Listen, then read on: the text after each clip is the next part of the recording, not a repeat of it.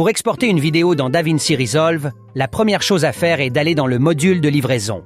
Dans cette icône représentée par une fusée, dès que nous y accédons, nous pouvons voir différentes pré-réglages d'exportation pour YouTube, H264 et H265. Exportez le projet pour l'utiliser dans Final Cut ou Premiere.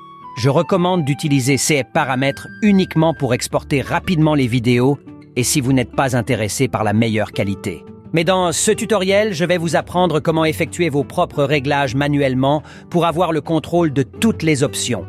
Nous devons cliquer sur l'icône personnalisée. La première étape consiste à donner un nom à votre vidéo. Dans ce cas, je vais l'appeler Nature. Maintenant, vous devez choisir où vous souhaitez enregistrer le fichier vidéo sur votre ordinateur. Je vais l'exporter ici sur le bureau. Cliquez sur Enregistrer.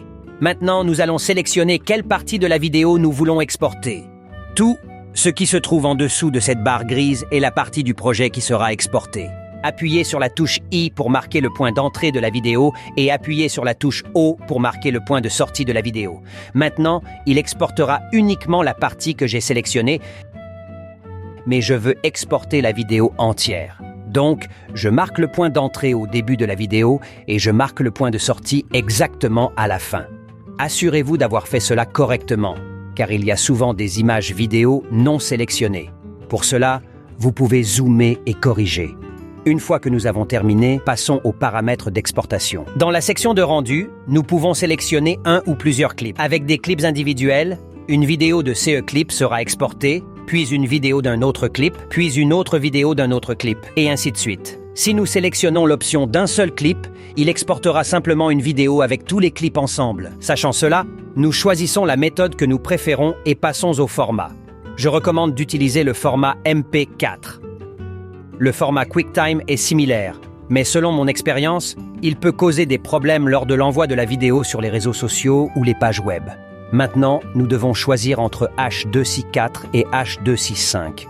Le codec H264 est le codec le plus couramment utilisé et je recommande de l'utiliser. Le H265 a l'avantage d'être un codec plus récent et le fichier occupe moins d'espace, mais il est moins compatible avec les ordinateurs plus anciens. Si vous voulez jouer la sécurité, sélectionnez H264. Pour le codec, vous pouvez choisir le natif ou utiliser NVIDIA si vous avez une carte graphique de cette marque. Cela n'affecte pas la qualité de la vidéo.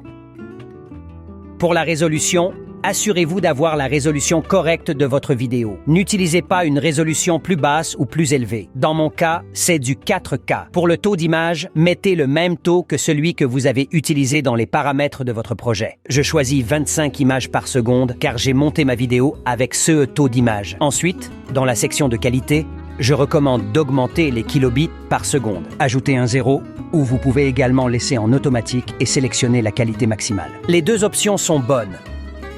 Enfin, cliquez sur la section des paramètres avancés. Ici, je recommande d'activer l'option de redimensionnement forcé pour une meilleure qualité si vous avez utilisé des vidéos de résolution différentes dans votre projet.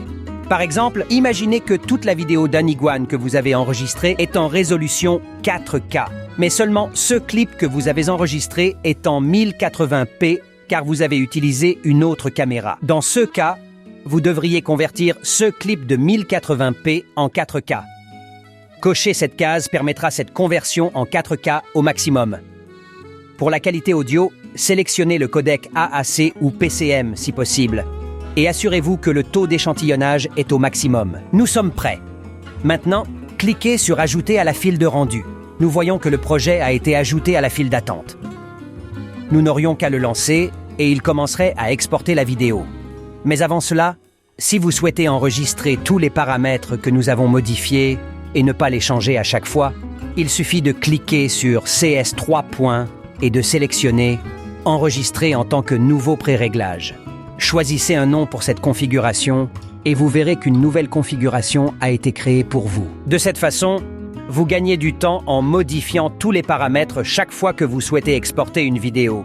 Si vous souhaitez exporter des versions différentes de la vidéo, par exemple une autre version mais avec le codec H265, donnez un nom différent au fichier et ajoutez-le à la file de traitement. Maintenant, nous avons les deux vidéos dans la file d'attente. Maintenant, je vais ajouter une autre vidéo, mais avec une résolution de 1080p. Donc, je change à nouveau le nom et je l'ajoute à la file. Maintenant, avec plusieurs vidéos ajoutées à la file d'attente, nous pouvons en sélectionner une et la rendre, ou vous pouvez également sélectionner les 3 et les rendre toutes afin de ne pas avoir à exporter vidéo par vidéo. Et c'est tout. Maintenant, il vous suffit de cliquer sur le bouton de rendu dans DaVinci Resolve et il commencera à fonctionner. Allons sur le bureau. Et comme nous pouvons le voir, nos 3 vidéos ont été exportées. Enfin, si vous voulez exporter votre vidéo sans perdre aucune qualité, je recommande d'utiliser ce format, MXFOPA, avec le codec DNxHR. Et dans le type, sélectionnez 444, 12 bits ou 444, 10 bits. Mais je vous préviens que le fichier final sera 20 fois plus grand qu'une vidéo H264. Alors gardez cela à l'esprit. Merci beaucoup d'avoir regardé la vidéo, c'est tout. À la prochaine vidéo.